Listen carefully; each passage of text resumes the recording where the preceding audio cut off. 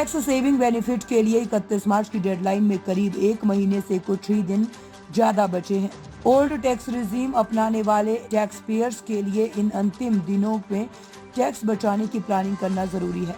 Tax liability समझने के लिए अपनी टैक्सेबल इनकम की समीक्षा करें। इनकम टैक्स में सैलरी के अलावा बचत या निवेश पर भी मिलने वाला ब्याज, मकान किराए से हो रही कमाई, साइड बिजनेस जैसी कई चीजें शामिल है।